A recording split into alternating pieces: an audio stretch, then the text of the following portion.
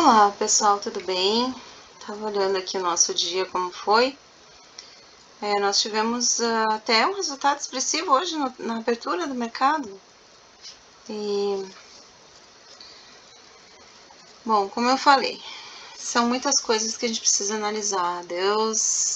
Desde o momento em que o mercado se encontra na região de preço. Isso é uma região de mais de briga, acumulação, lateralização.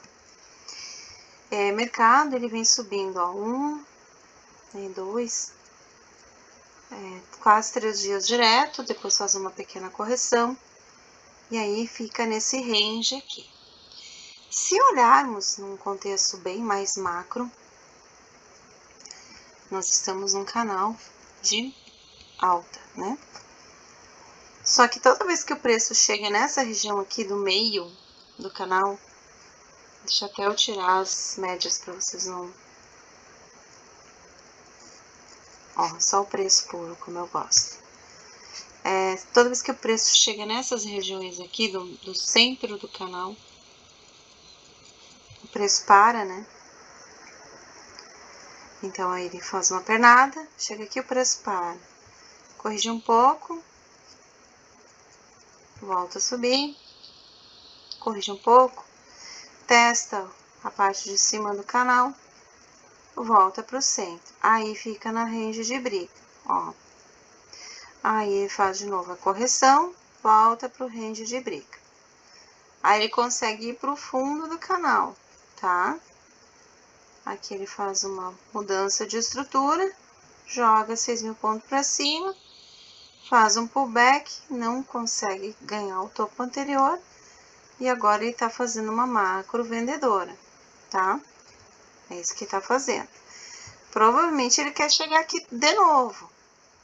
E lembra que o terceiro toque pode furar. Mas caso ele não chegue nessa região, ele também pode furar direto isso aqui e tentar fazer aquele topo maior lá que a gente estava falando, né? De testar a outra parte do canal. Mas são só especulações, tá? A gente nunca sabe realmente com certeza. Só que a gente tem que estar preparado. E para estar preparado, a gente tem que analisar. Outro ponto importante que eu falei para vocês é a situação da abertura do mercado no dia de hoje. Tá? Abertura. Então, eu até coloquei aqui, que eu sempre gosto de usar esse exemplo aqui com meus mentorandos, que é o seguinte. Eu tenho mínima e máxima do dia anterior, tá? Tem uma mínima e uma máxima do dia anterior.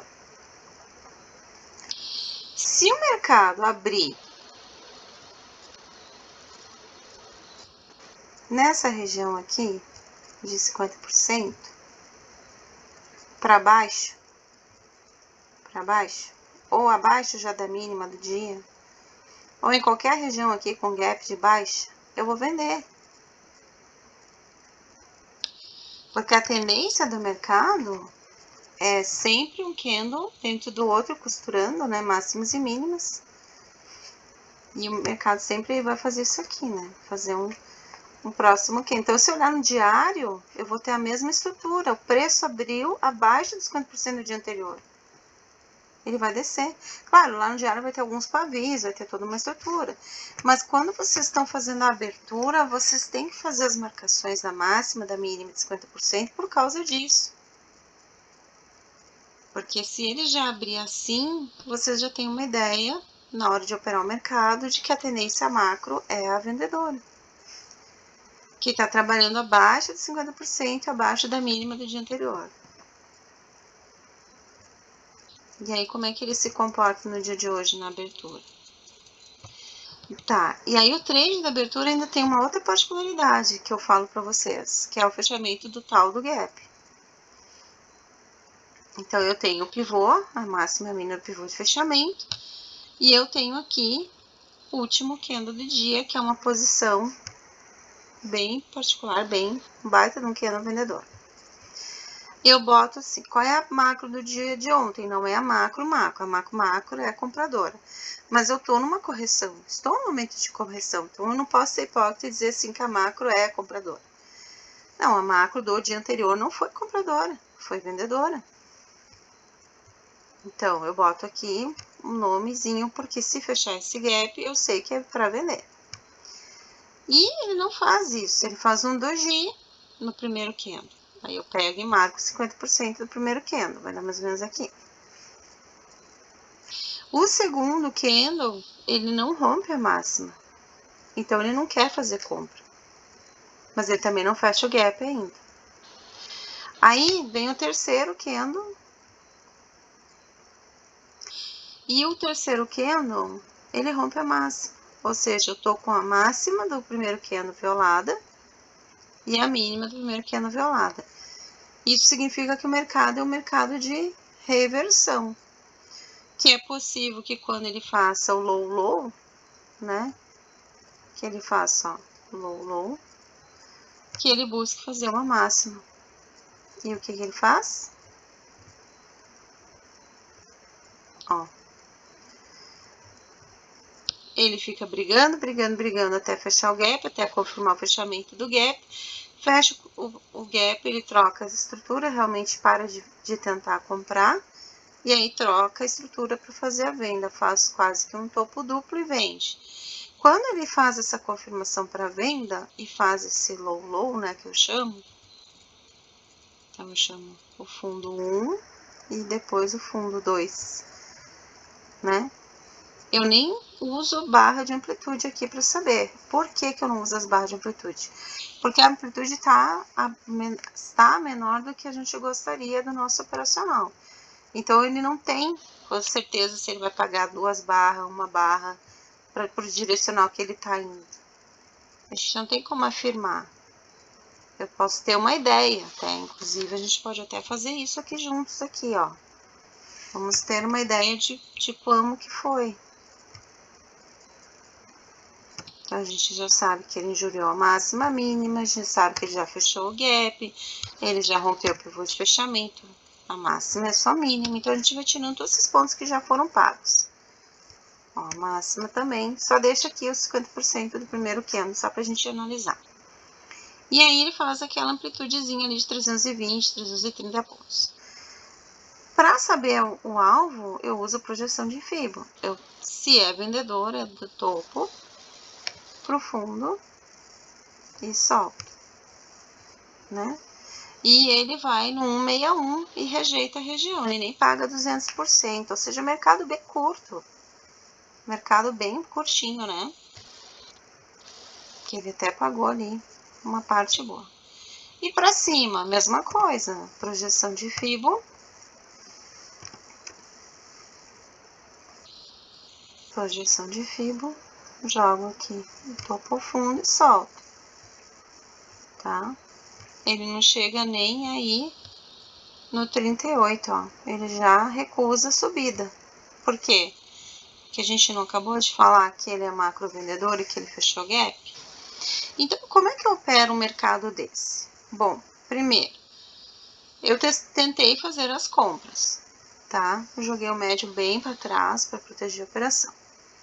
Ele não ganhou nenhum topo, muito pelo contrário, ele ficou brigando o tempo todo abaixo, na maior parte abaixo de 50% do primeiro candle do dia. Então, minha primeira oportunidade que eu tenho, eu viro, eu faço a reversão. E essa primeira oportunidade foi justamente depois que ele fechou o gap, que eu estava ainda comprada, vamos dizer assim, né? Com o médio lá embaixo. E aí ele volta e faz essa onda 3 para cima aqui. Aqui sim, aqui eu entendi que era para virar a mão e vender. E daí eu fiz a virada de mão e vendi. Tá? Esse foi o operacional. E ele termina o dia aqui, ó. Então, o mercado confirma a venda, totalmente venda, estrutura de venda, fechou tudo. Ele só demorou para confirmar a venda. Entre abertura às 9 até o segundo topo duplo. Cerca de 40 minutos brigando, né? Aí ele consegue fechar o gap, faz um fundo no 161, a gente bate o alvo da FIBA, né? Quase 200. ou seja, ele pagou os pontinhos ali previstos, 1.200 pontos, eu acho que dava, de topo a fundo, né? Não deu nem isso. E aí vira a mão para compra, e aí pega mais uma pontuação legal, daqui a aqui, e aqui sim deu os 900 pontos, mais 800 são 1.500. Teríamos virado, e aí sim a gente teria vendido, ou seja, praticamente o que a gente faria ontem, né? Compra, venda, compra, por exemplo, aí foi venda. Mais 790 pontos, né? Então, assim, o que daria para fazer? Daria para vender sempre o topo da amplitude, né? Sempre que o preço passar por essa região, aqui. Deixa aqui uma ordem de venda, aí calcula ali o stop, que é o rompimento do candle 1. Eu tenho que jogar para cá para aproximar.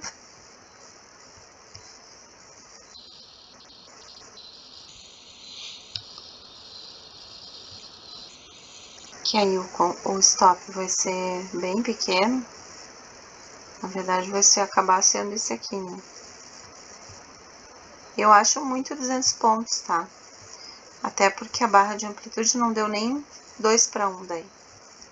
Mas mesmo assim a gente conseguiu operar. Mesmo assim, né? A gente é muito bom nisso.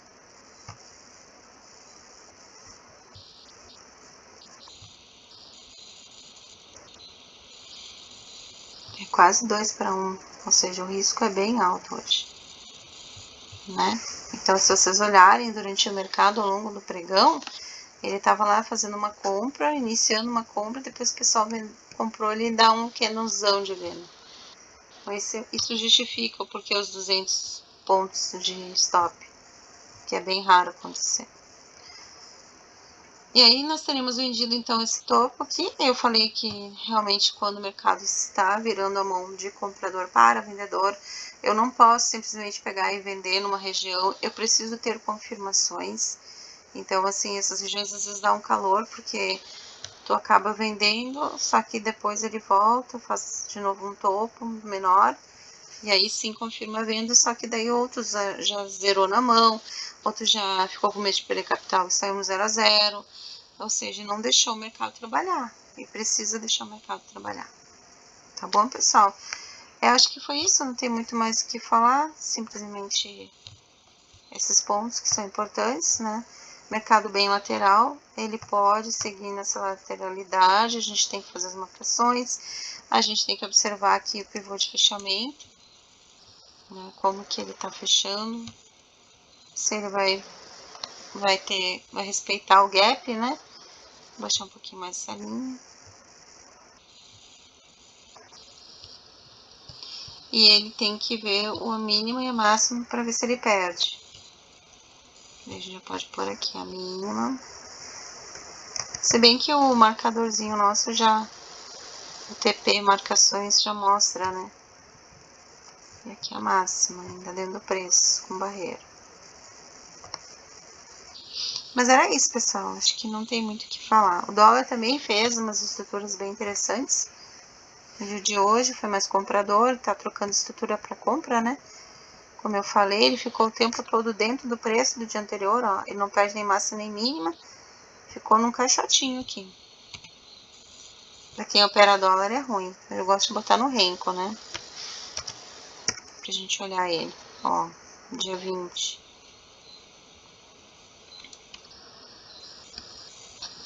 Preço dentro do preço, ó. Preço de ontem e preço de hoje. Tá numa região bem ruim, né? Que é o 50% do caixa, do próximo 50%, né, onde ele gosta de subir. Mas ele tá querendo estourar esse canal, sim. Então pode ser que aconteça isso amanhã, ao longo do pregão. Não tem como ter certeza, né? Que ele faça esse movimento. Mas lembrando que daí o índice vai ter que estar sujeito a descer um pouco mais. Aí o índice vai ter que tentar testar lá o fundo, tá bom? Dessas regiões aqui. Acho que era isso. Sucesso a todos. Deus abençoe vocês. Até semana que vem, que amanhã eu não opero. Bye, bye.